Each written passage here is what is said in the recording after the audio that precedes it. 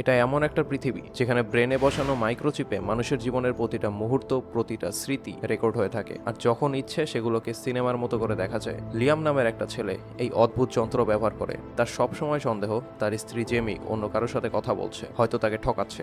সন্দেহের বশে লিয়াম জেমিকে জোর করে তার মেমোরি দেখাতে বলে। সে জানতে চায় জেমি কি তার সাথে অন্য কারো সম্পর্ক রাখছে। এদিকে মেমোরি দেখতে দেখতে তার সন্দেহ আরও বাড়তে থাকে। কিন্তু স্মৃতি তো শুধু পুরনো ঘটনা নয়, এটা জীবনের একটা অংশ যা আমরা নিজেদের মতো করে মনে রাখি। লিয়াম যখন তার স্ত্রীর মেমোরিগুলো জুম করে বিভিন্ন দিক থেকে দেখছে, তখন সে এমন কিছু জানতে পারে যা আগে কখনো খেয়াল করেনি। জেমি তাকে ঠকায়নি, কিন্তু তার এমন একটা অতীত ছিল যা লিয়াম আগে জানতো না। আর সেই অতীত জানার পর লিয়ামের জীবনটাই বদলে যায়। সে বুঝতে পারে স্মৃতি হলো ধারালো ছুরির মতো, যা ভালোবাসাকেও শেষ করে দিতে পারে। শেষে লিয়াম জেমিকে তার মেমোরি থেকে ডিলিট করে দেয় আর নিজের মেমোরি ফরম্যাট করে ফেলে। তারা দুজনেই সেই যন্ত্র থেকে মুক্তি পেতে চায়, কিন্তু এই মাইক্রোচিপ সিস্টেম অলরেডি তাদের জীবনকে পুরোপুরি নষ্ট করে ফেলে।